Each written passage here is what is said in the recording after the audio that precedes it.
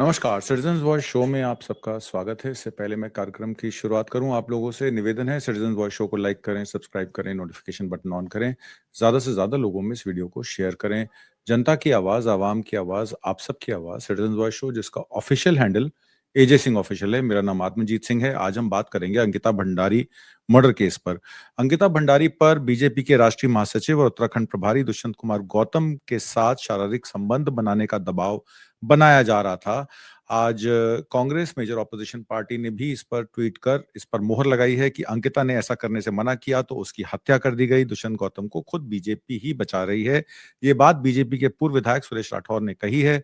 अब साफ है कि अंकिता भंडारी पर जिस वीआईपी को सर्विस देने का दबाव था वो और कोई नहीं, खुद नरेंद्र मोदी का सबसे खास नेता दुष्यंत गौतम है। क्या नरेंद्र मोदी अपने इस चहेते नेता पर एक्शन होने देंगे या इस पाप को छिपाने में सहयोग करेंगे? मैं आपको उसका एक वीडियो दिखा देता हूं और वीडियो के बाद मैं आपको प्रवक्ता के पास भंडारी का जो लड़का बंद है वो विनोद आर्य वो अंकिता भंडारी के मर्डर में बंद है। अंकिता भंडारी को उसने प्रेशर किया कि तू दुष्यंत को देगी, रात को इसके साथ सोगी। उसने मना कर दिया, उसने ज्यादा पी ली, उसने सुसाइड कर ली। अंकिता बोले मैं ये काम नहीं करूँ। वो होटल वहीं बता रहे थे ना आप, जहां हम गए थे घूमने? हाँ वही था जहाँ वो टाइगर पैगर मिले थे, मैंने दिखाया था जहाँ रिजॉर्ट है, और अंकिता भंडारी थी उसमें। और वो पहाड़ी छोड़ेंगे नहीं किसी भी कीमत पर दुष्यंत गौतम को। अगर दुष्यंत गौतम को अभी पार्टी ये कह देती कि पल्ला झाड़ देती तो पार्टी गिर जाती, भारतीय जनता पार्टी गिर जाती। दो लोगों के नाम है इसमें, मैं फिर बता रहा हूँ, एक दुष्यंत गौतम और एक अजय कुमार, वो संगठन महामंत्री, दोनों महामंत्री संगठन, दोनों। ये हरिद्वार था, उसका मुझे पता नहीं वो कहाँ था। कौन? इनमें से कोई दो के नाम आए हैं, संगठन महामंत्री अजय और दुष्यंत कुमार पता नहीं मुझे कहाँ है, लेकिन ये उस दिन यहाँ ठहरा हुआ था। तो सीबीआई वगैरह जांच नहीं हुई? जी सुजाता जी, ये दुष्यंत गौतम का नमस्कार, बहुत बहुत स्वागत है आपका। सुजाता जी, ये अभी जो उर्मिला जी बोल रही थी, एक तो पहली बात तो ये है कि जो सुरेश राठौर जिसकी आवाज हमने सुनी, उन्होंने बाद में प्रेस वार्ता करके कहा कि मेरी आवाज को एआई द्वारा संचालित किया गया है, मैंने दुष्यंत गौतम और अजय कुमार जो कि संगठन महामंत्री उनका नाम लिया ही नहीं।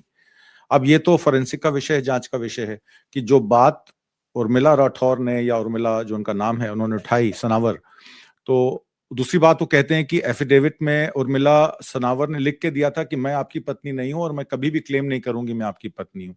तो एक तरीके से एक डूबियस विटनेस को पेश किया गया। सुरेश राठौर ने कह दिया कि ये तो इनके क्रेडेंशियल्स जो हैं वो डूबियस हैं, और दूसरी तरफ उनकी साफ आवाज सुनाई दे रही है जिसमें दुष्यंत गौतम और अजय कुमार का नाम आ रहा है।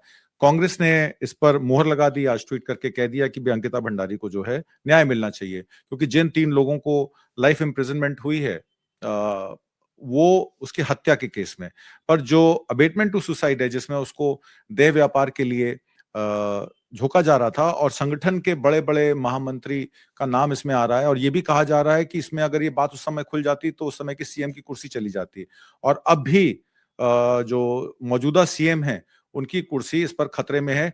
कहीं ऐसा तो नहीं है कि सीएम को इस सारे मामले में निशाना बनाया जा रहा है इस मामले में, या इसकी सच्चाई क्या है? जी सुजाता जी। जहां तक इस विषय के बारे में बात करी जाए तो सीएम को निशाना बनाने की बात नहीं है। सीएम तो खुद ही इसमें सीबीआई जांच नहीं होने दे रहे हैं, और अब इतनी सारी बातें खुलने के बाद ये लगने लगा है कि कहीं ऐसा तो नहीं है कि उनकी कुर्सी भी इसी कारण से बची है क्योंकि सीबीआई जांच नहीं हुई है।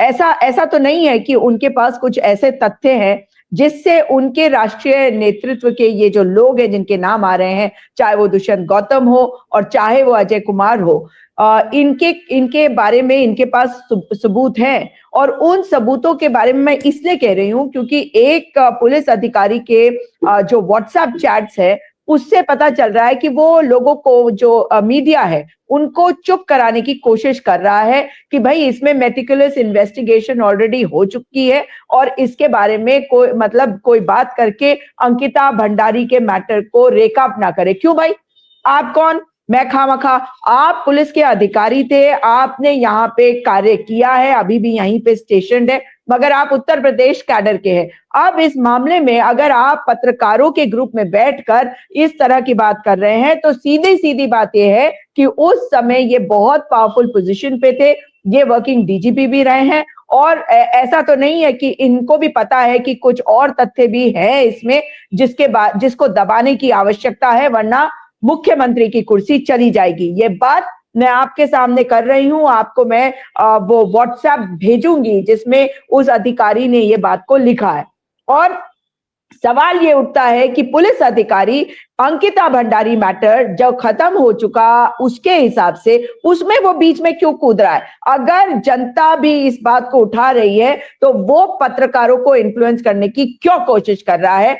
ये सवाल उठते हैं। सवाल ये है कि जिस दिन अंकिता भंडारी की हत्या हुई उसके बाद ये मामला सामने आया, आपको याद कराती हूं कि बुलडोजर जब चला था तब भी मुख्यमंत्री का ये सलाहकार था, ये जो पुलिस वाला है, और उस समय जो बातें सामने आई थी वो मुख्यमंत्री के ऑफिशियल हैंडल से आई थी। ये खबर आज आरती गौड़ ने चलाई भी है अपने पेज पे, जिसमें ये दिखाया गया कि एक ट्वीट आया था मुख्यमंत्री के यहां से और बुलडोजर चला। वहां के जो स्थानीय डीएम थे, जब उनसे इस पर सवाल किया गया था कि ये क्या ऐसे आदेश पे चला, तो उन्होंने कहा मुझे नहीं पता। फिर वो ट्वीट भी डिलीट करा गया था, और उस समय रेणु बिष्ट जो वहां की विधायक थी वो मौके पे मौजूद थी, उन्होंने भी इस बात को पर मोहर लगाई थी कि हाँ ये पूरा का पूरा जो मतलब बुलडोजर वाली चीज थी ये उनके द्वारा की गई थी। उसके अलावा आरती गौड़ का एक ट्वीट भी इस वक्त वायरल है जिसमें उन्होंने ये कहा था कि कल सवेरे मैं खुद जाऊंगी, 12 बजे जाऊंगी और वहां पे ध्वस्त करूंगी, इसलिए जो सबूत उठाने उठा लो। तो इस तरह से जब एक कानून है, एक सरकार है, एक सिस्टम है, तो इस तरह से ये भाजपा के ही लोग ये ऐसा क्यों कर रहे थे? अब जो उर्मिला राठौर की बातों से सामने आई है वो ये है कि दुष्यंत गौतम और अजय कुमार का नाम सुरेश राठौर ले रहा है, और सुरेश राठौर भाजपा का पूर्व विधायक है। और अगर हम इस बात को समझे तो ये उस समय की बात है जब इनके रिश्ते उर्मिला राठौर के साथ ठीक थे, ये उनको बता रहे थे। अब देखिए दुष्यंत गौतम जो है वो अपने आप को बचाने के लिए सामने आकर बोल देते कि भाई मेरी तहकीकात करा लो, जिससे भी करवानी है। लेकिन उन्होंने क्या किया? उन्होंने उत्तराखंड के गृह सचिव को पत्र लिखा है और बहुत सारे हैंडल्स पे को टारगेट किया है कि ये लोग मुझे बदनाम कर रहे हैं। उसमें उर्मिला राठौर भी है, उसमें बहुत सारे अन्य पार्टियों के लोग, आम जनता के लोग और प्रेस के, मीडिया के जो इंडिपेंडेंट हैंडल्स है उनको टारगेट किया गया है। इसका मतलब ये हो जाता है कि इस मैटर में बहुत बड़ा झोल है, और मुख्यमंत्री की कुर्सी बची ही इसीलिए है क्योंकि दुष्यंत गौतम को उन्होंने बचाया है। ये मेरा सीधा सीधा उन पर आरोप है। अगर ऐसा ना होता तो अब तक सीबीआई जांच हो जाती और वो तथ्य सामने आ जाते। वीआईपी का नाम हमें पता चल गया होता। वीआईपी कमरा बताया गया था। विधानसभा जो एक लोकतंत्र का मंदिर होता है, वहां खड़े होकर हमारे कैबिनेट मंत्री तत्कालीन प्रेमचंद अग्रवाल ने कहा था वीआईपी कोई व्यक्ति नहीं, वीआईपी एक कमरा है। तो इससे दुखद क्या हो सकता है कि उत्तराखंड की बेटियों को आपने लोगों के हवस का शिकार बनाने का निश्चय कर लिया, वो भी भाजपा के ये नेता। मुझे घृणा होती है इन लोगों के बारे में बात करके। किसी नेता के बारे में नाम भी आ रहा है तो मुझे घृणा हो रही है। पुराने उनके बारे में जो रूमर्स होते थे, किसी का किसी के साथ कुछ हो रहा है, और वो मतलब बहुत मौकी चीजें आज याद आ रही हैं और बहुत ही घृणा हो रही है मुझे। मगर जो बात सुरेश राठौर ने कही उस बात को पकड़ लीजिए, पहाड़ी छोड़ेगा नहीं, पहाड़ी दुष्यंत गौतम को नहीं छोड़ेगा। अंकिता भंडारी पहाड़ की बेटी थी और उसके साथ अगर दुष्यंत गौतम का नाम आया है कि उसको परोसने की बात हो रही थी तो पहाड़ी नहीं छोड़ेगा दुष्यंत गौतम को। वो याद रखे इस बात को। जी, इसमें 6 मार्च 2024 में एएनआई को इंटरव्यू में वहां के उस समय के डीजीपी अभिनव कुमार सिंह ने ये कहा था कि अरेस्ट किया गया था आशुतोष नेगी को। जी मैं बताती हूँ। जी अभिनव कुमार जो है वो सिंह नहीं है। अभिनव कुमार वर्किंग डीजीपी उत्तराखंड के थे और वो उत्तर प्रदेश कैडर के हैं। और आज की तारीख में पहले तो उनको वर्किंग डीजीपी से हटाया गया क्योंकि हमें एक परमानेंट डीजीपी मिल गए थे दीपम सेठ जी के रूप में, और उनको डीजी जेल बनाया गया। लेकिन मुख्यमंत्री जी का उनके साथ बेहद ही मतलब उनका भरोसा उन पर है। और कुछ ही महीने मतलब 1-1.5 महीने पहले, समझ लीजिए मैक्सिमम 2 महीने होंगे, उतना भी नहीं होगा, उन्होंने उनको चीफ ऑफ इंटेलिजेंस बनाया। ऐसी तो पोस्ट कोई होती नहीं, उनको बनाया ही इसीलिए, जो बात मैं कह रही हूँ कि वो पहले उनके मीडिया एडवाइजर थे। और मैं आपको बता दूं, चाहे भाजपा या कांग्रेस रही है, अभिनव कुमार बहुत ही कंट्रोवर्शियल फिगर रहे हैं और भाजपा और कांग्रेस दोनों के नेताओं के साथ, बड़े नेताओं के साथ उनके मतभेद रहे हैं। और वो मेरे ख्याल से मई में, आप समझ लीजिए मई में उनका एक ट्रिब्यूनल में मैटर आया था कि वो उत्तराखंड कैडर मान रहे थे, 2014 की बात बता रही हूँ, और उनको वो नहीं मिला था उस ऑर्डर, वो जब ऑर्डर आया था उसके बाद वो यहाँ से डेप्यूटेशन पे बाहर चले गए थे, आईटीबीपी वगैरह में रहे, कश्मीर में रहे, तमाम आर्टिकल्स वगैरह लिखते रहे। उसके बाद वो उत्तराखंड, उनकी वापसी त्रिवेंद्र सिंह रावत जी के समय पे नहीं हुई, तीरथ सिंह रावत जी के समय पे नहीं हुई, वो हुई धामी जी के समय पे। और धामी जी के समय पे वे वापस आए, उनको मीडिया एडवाइजर भी बनाया गया और उसके बाद वो धीरे धीरे करके जिसे कहते थे कि वो he was in control even when the DGP was somebody else. और उसके बाद उनको डीजीपी जब बनाया गया, वर्किंग डीजीपी, तो उन्होंने चिट्ठी भी लिखी थी, जो उस वक्त गृह सचिव थे बगोली जी, उनको लिखी थी कि भाई मुझे उत्तर प्रदेश की तर्ज पर मेरा नाम भी पैनल पे भेजा जाए और मुझे मतलब डीजीपी बनाया जाए। लेकिन ऐसा नहीं हुआ क्योंकि सेंटर में इसको एक्सेप्ट नहीं किया गया और दीपम सेठ डीजीपी जो डेप्यूटेशन पे थे उनको वापस यहाँ पे भेजा गया। He is the DGP right now. और इनको जेल भेज दिया गया डीजी बना के। उसके बाद जो अब इनको पोजीशन मिली है और जिस पोजीशन में आने के बाद वो जिस तरह की बातें व्हाट्सएप पे लिख रहे हैं, ये चर्चा का विषय है।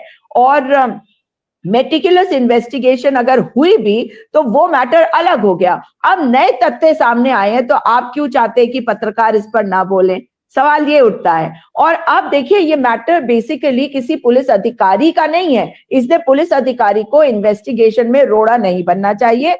सबसे बड़ी बात है, दुष्यंत गौतम जी का नाम आया है, अजय कुमार जी का नाम आया है, let them talk about it. और जैसा मैंने आपको बताया, उन्होंने चिट्ठी लिखी है दुष्यंत गौतम जी ने, लेकिन उन्हें तो कहना चाहिए कि जांच हो जाए और दूध का दूध और पानी का पानी हो जाए।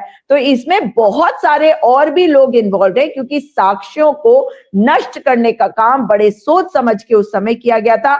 उस समय जो आयो था अंकिता भंडारी केस में, उसको चेंज भी किया गया था, दूसरा आयो आया था।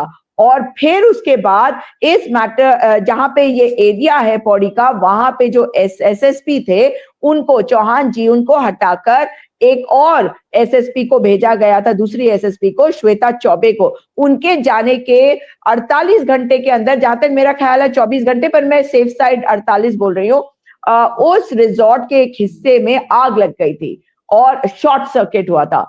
उस रिजॉर्ट में जो साक्ष्य सुरक्षित रखे जाने चाहिए थे, उसके बाद भी अगर इतनी प्रिकॉशन के बाद करीबन 1.5 महीने बाद अगर आग लग रही है, तो सब चीजें तो संदिग्ध है। लोगों के दिमाग में ये बातें तो आएंगी ना कि ऐसा क्या हो रहा है इस रिजॉर्ट में जो सील्ड है, वहां पे आग लग जाती है, वहां पर क्या क्या चीजें हो रही हैं। और अब अगर जो नए तथ्य आए हैं, इससे हमें क्लोजर भी मिलेगा इस मैटर में। जब वीआईपी का नाम आएगा उसको सजा मिलेगी। और ये सिर्फ मेरी बात नहीं, ये कुछ लोगों की बात नहीं, ये पूरे उत्तराखंड की बात है, क्योंकि उत्तराखंड की बेटी को आप प्रोस्टिट्यूशन में धकेल रहे थे और उस बेटी की बहादुरी देखिए, उसको, वो तैयार नहीं हुई और वो मौत के मुंह में चली गई। अगर उसका एक फ्रेंड था जो जम्मू का पुष्प, अगर वो सामने आकर अपने जो उसके ऑडियो थे उस समय पुलकित आर्या के साथ, उसको बाहर ना लाता, वो ना बताता कि उसको जबरदस्ती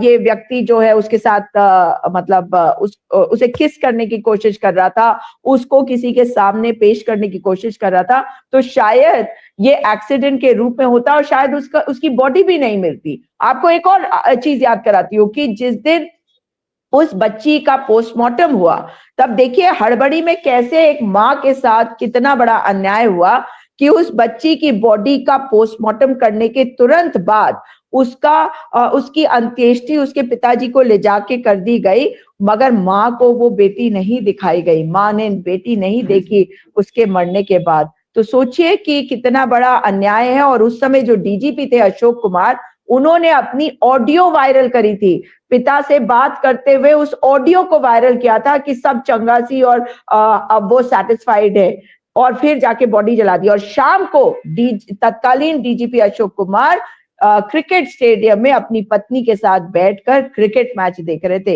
इतने संवेदनशील हालातों में, जहां अंकिता भंडारी के न्याय के लिए पूरी जनता सड़कों पे थी, ये हो रहा था उत्तराखंड के शासन प्रशासन के द्वारा। और इन्हें किसी बात का डर नहीं, किसी बात की चिंता नहीं, केवल कुर्सी के कारण दुष्यंत गौतम अब तक बचे रहे हैं और उनको बचाने का काम मुख्यमंत्री ने किया है, तभी वो मुख्यमंत्री हैं। जो आशुतोष नेगी को अरेस्ट किया गया, जिसके बारे में डीजीपी ने उस समय प्रेस कॉन्फ्रेंस में कहा था, मैं जरा समझना चाहता हूँ आशुतोष नेगी का क्या लिंक है इस केस में? आपको एक बड़ी मजेदार और बात बताती हूँ। आशुतोष नेगी वो व्यक्ति है जो किसी और मैटर में कहा जाता है, उस समय वो पौड़ी क्षेत्र में गए थे, क्योंकि मेरी बात उसके बाद हुई थी उनसे जब ये मैटर खुला। उन्होंने जब वो वहां पे गए, एक और पत्रकार भी थे उनके साथ, अंकिता के पिता उनको जब मिले तो उन्होंने एक छोटा सा वीडियो बनाया भी था, और उसके बाद वो उनके साथ थाने गए। जब वो थाने पहुंचे तो वहां देखा कि पुलकित आर्या जो अब जेल में है, उसके पिता को अंदर बैठाकर बहुत अच्छी तरह से ट्रीट किया जाता था, जा रहा था जैसे उत्तराखंड में पुलिस आमतौर पर करती है। अगर पुलिस ने हमारे खिलाफ कार्रवाई करनी है, आप कितने भी रसूखदार क्यों ना हो, लेकिन जिस रसूखदार की मदद उनको करनी है, उसको वो कमरे के अंदर बिठाएंगे, उनको चाय पिलाएंगे, खातिरदारी करेंगे, और जो विक्टिम है उसको और प्रताड़ित करने के लिए वो उसको बाहर रखेंगे, उसके साथ बदतमीजी करेंगे। यही उसके पिताजी के साथ कर रहे थे। लेकिन क्योंकि आशुतोष और वहां पे पहुंच गए थे आशुतोष नेगी, और उन्होंने वहां से इमीडिएटली लाइव कर दिया कि एक बेटी मतलब मिल नहीं रही है, मिसिंग है, और जो विनोद आर्या है, पुलकित आर्या का फादर, जो आरएसएस से संबंधित है, उसकी बड़ी खातिरदारी हो रही है। तो वो एकदम वायरल जब हुआ, तब जाकर मतलब लोगों को पता चला इस मैटर के बारे में, और ये बातें बाहर आई। मगर आशुतोष नेगी को, क्योंकि वो इस मैटर को उस वक्त उठा रहे थे, तो उनके ऊपर SC/ST एक्ट भी लगाया था इसी अभिनव कुमार ने। तो वो आके, भले मैं आपको कह रही हूँ ना कि मतलब he does not trust other people. मतलब आप सोचिए कि एक उच्च अधिकारी आकर खुद पीसी कर रहा है, और उसको उठाकर पकड़कर ले जाया गया था। तो बहुत सारी और भी चीजें हैं आशुतोष नेगी जी के साथ, तो एक ही मैटर नहीं है। तो अगर इस मैटर को लें तो हाँ, कहीं ना कहीं इस मैटर में उनकी आवाज को बढ़ाने की कोशिश भी इनकी थी, क्योंकि वो नहीं चाहते थे कि पत्रकार कोई भी इसके बारे में बोले या बात ज्यादा आगे जाए। तो ऐसा कुछ नहीं था कि जो आशुतोष नेगी है, और वो जेल में भी रहे, SC/ST एक्ट में उन्होंने मुकदमा कर दिया, और ये मोडस ऑपरेंडी है उत्तराखंड की पुलिस का। मैं आपको थोड़ा सा पीछे ले जाती हूँ। एक मैटर आया था जो एक डोमेस्टिक वायलेंस को लेके मैटर था, पूर्व प्रधानमंत्री VP सिंह जी की ग्रैंड डॉटर को लेके। उनके ऊपर भी दबाव डालने के लिए उनके डोमेस्टिक वायलेंस के बीचों बीच एक नौकर से SC/ST एक्ट में मुकदमा करवा दिया गया था। तो ये सब हमने झेला हुआ है। ऐसे ही एक प्रॉपर्टी इश्यू में मैंने खुद इस चीज को फेस किया था कि मुझे पुलिस वाले ये कह रहे थे कि आपके ऊपर ऐसे केस हो जाएगा। तो ये SC/ST एक्ट वाला जो है ना एस्पेक्ट, ये जो पुलिस की स्ट्रैटेजी है, उसमें ये खास व्यक्ति जो है, जिनका नाम अभी आप ले रहे थे पुलिस वाले, ये इनके आने के बाद यहाँ पे बहुत हुआ है लोगों को तंग करने के लिए। लेकिन अब क्या करेंगे? अगर दुष्यंत गौतम जी SC है, तो जो उर्मिला राठौर है वो भी तो SC है ना, सनावर वो भी तो SC हुई, तो SC के ऊपर SC एक्ट तो नहीं लग जाएगा। और दूसरी बात, अभी उत्तराखंड के जो भाजपा के प्रदेश अध्यक्ष है महेंद्र भट्ट, जिनको वो भट्टू बोल रही हैं, ये जो मिस्टर भट्ट है, ये क्या कह रहे हैं कि अगर मेरे मतलब ऐसे बात मेरे लिए बोलेंगे तो ब्राह्मण का श्राप लगेगा। कुछ बेफालतू की बातें बोल रहे हैं।